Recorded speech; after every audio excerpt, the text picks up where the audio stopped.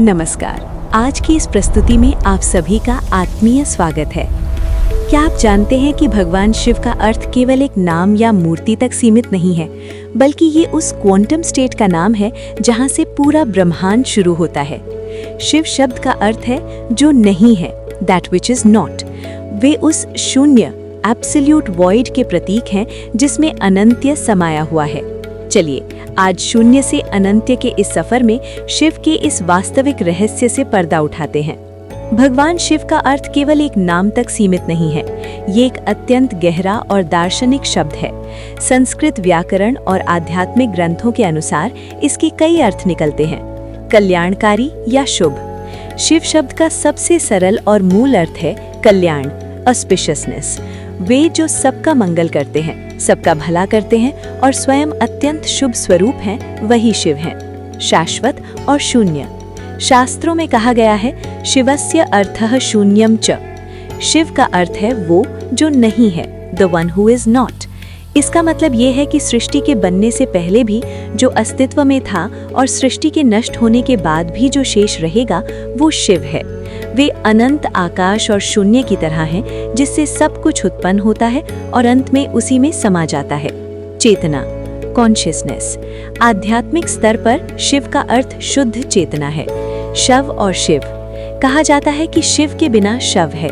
यदि शरीर से शिव यानी चेतना या प्राण निकल जाए तो वो शव बन जाता है। शिव वो ऊर्जा है जो ब्रह्मांड के कण कण को जीवित और गतिशील रखती है। विनाशक और पुनरुद्धारक।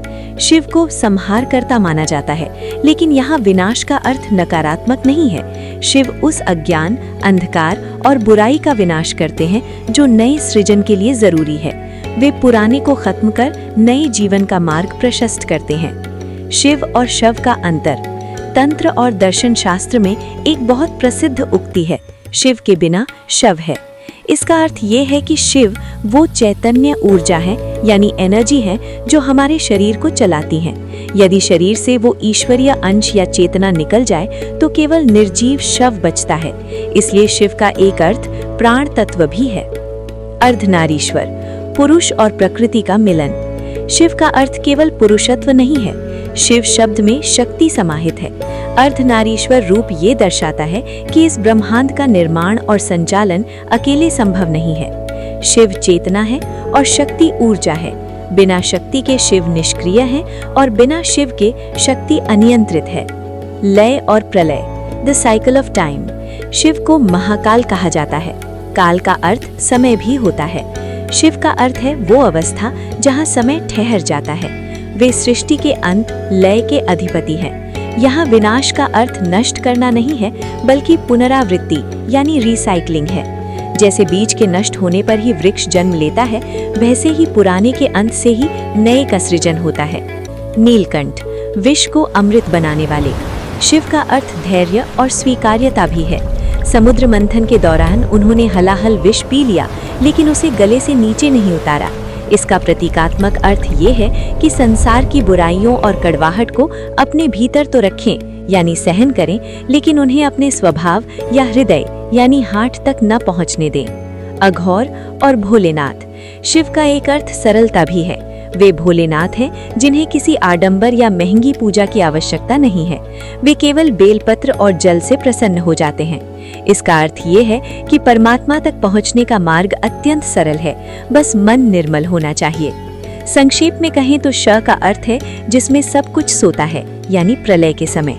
व का अर्थ है शक्ति जो इस ब्रह्मांड को चलाती है, अर्थात शिव वो परम तत्व है जिसमें पूरी शक्ति समाहित है। जैसे विज्ञान कहता है कि ब्रह्मांड का 95% हिस्सा डार्क मैटर और डार्क एनर्जी है जिसे हम देख नहीं सकते, अध्यात्म उसे ही शिव कहता है। वे वो खाली कैनवस है जिस पर शक्ति अपनी रचना करती है। शिव केवल एक देवता नहीं, बल्कि वो अंतिम सत्य है जो शांत, आनंदमयी और शाश्वत है। तो ये थे भगवान शिव के वे गुप्त और वास्तविक अर्थ जो आपकी चेतना को साधारण से विशेष बना सकते हैं।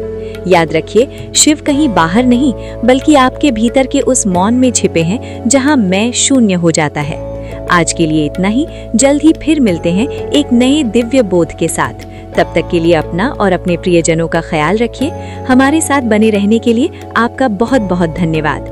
यहाँ दी गई जानकारी विभिन्न शास्त्रों, पुराणों, प्रामाणिक पुस्तकों, हिंदू दर्शन और लोक मान्यताओं पर आधारित है तथा सभी जानकारी सामान्य ज्ञान, शैक्षिक उद्देश्यों एवं सामान्य जागरूकता बढ़ाने के लिए है।